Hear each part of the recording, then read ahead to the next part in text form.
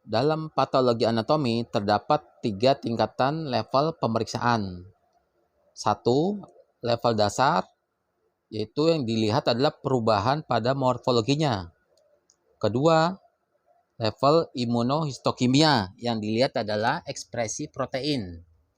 Lalu tingkatan ketiga yaitu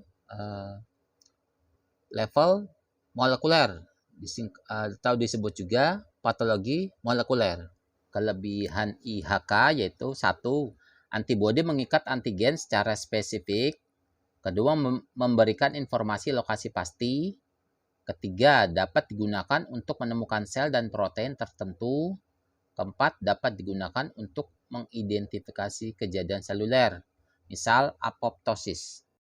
Aplikasi pada prognostic marker in cancer, tumor of uncertain histogenesis, metastasis, response to treatment, infection, neurodegenerative disease, muscle disease, dan brain trauma. Response to treatment.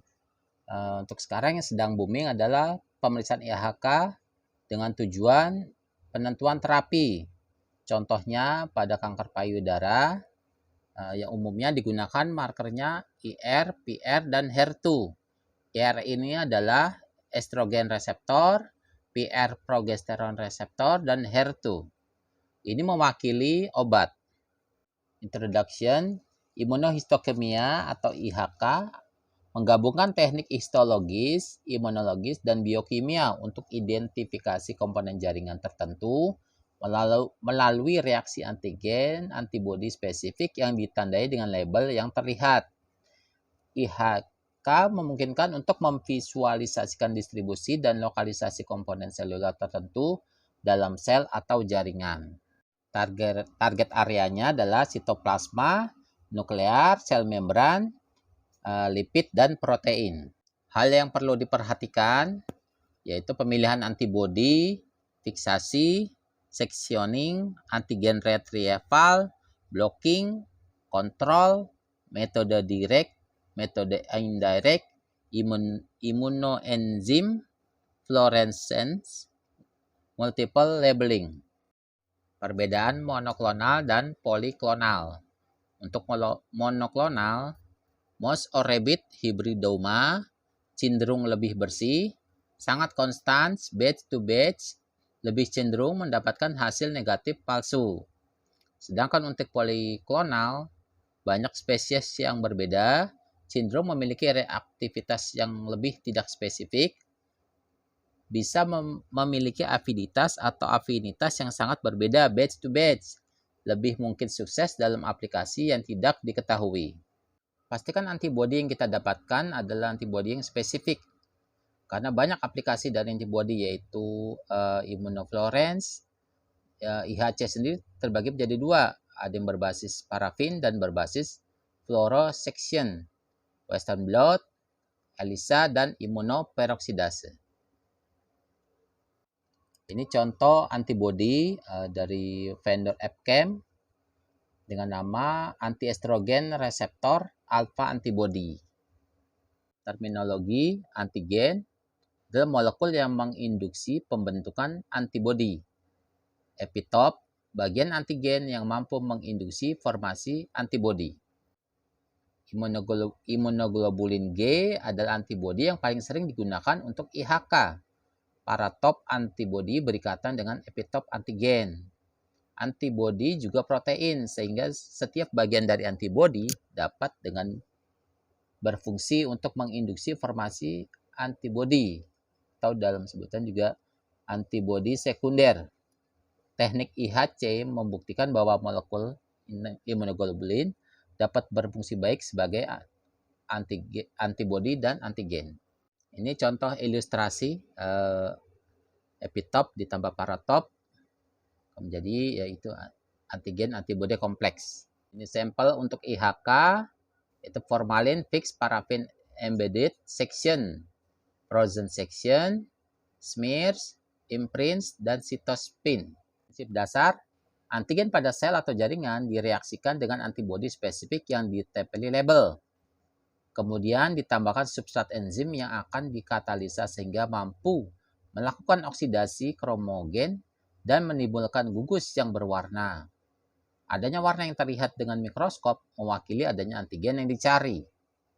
Ini gambar prinsip dasar, ilustrasi prinsip dasar.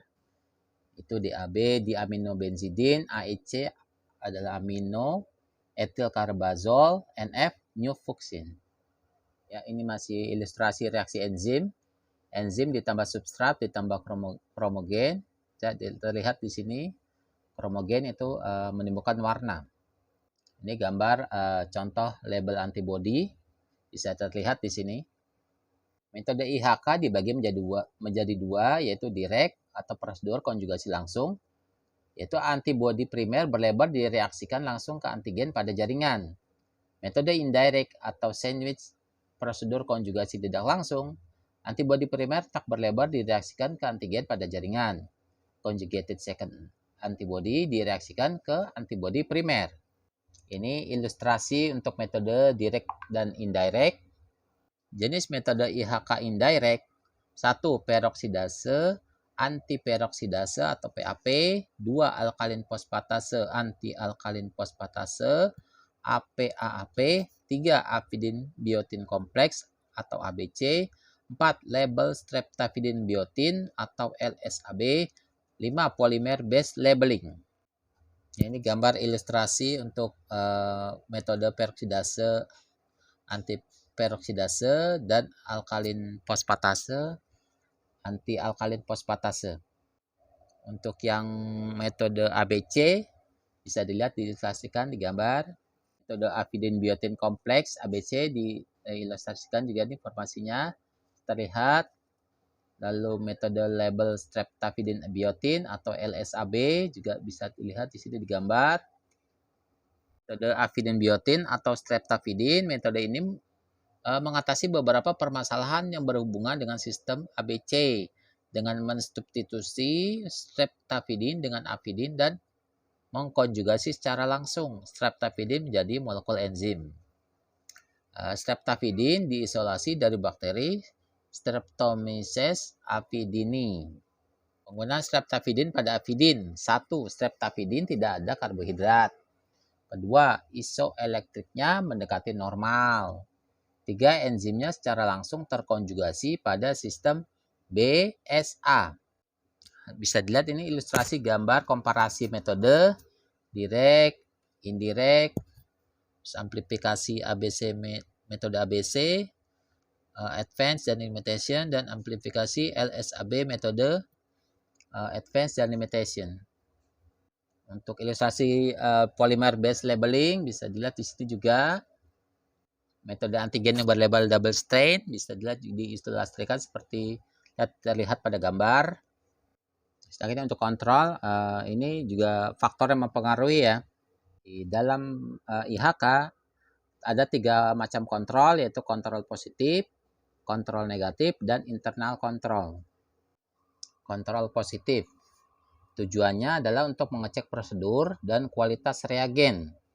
Caranya gimana? Dengan cara mengikutkan jaringan lain yang mengandung antigen yang akan kita cari. Prosesnya ikut semua tahapan dari yang dilakukan. Prosedur, tahap, durasi, reagensinya, retrieval, dan kontrol positif harus positif. Jika positifnya lemah, berarti ada masalah pada sensitivitas.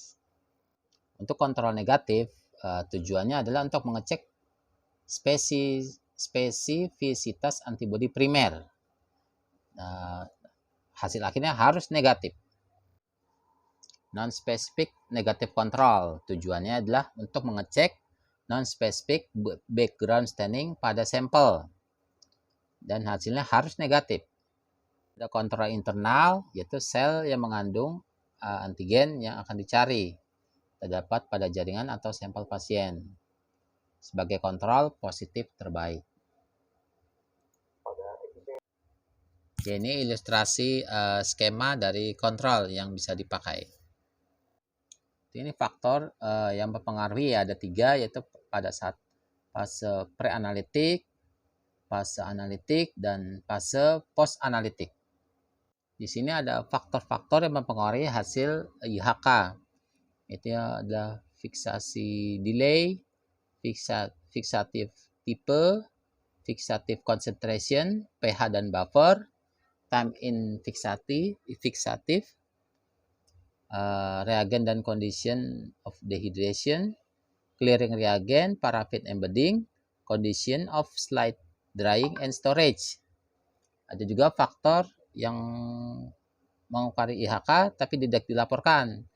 Contohnya tisu to fixative ratio, type of processor use, type of paraffin, post fixation washing duration, the number of and position of specimen during dehydration, the duration of paraffin block storage.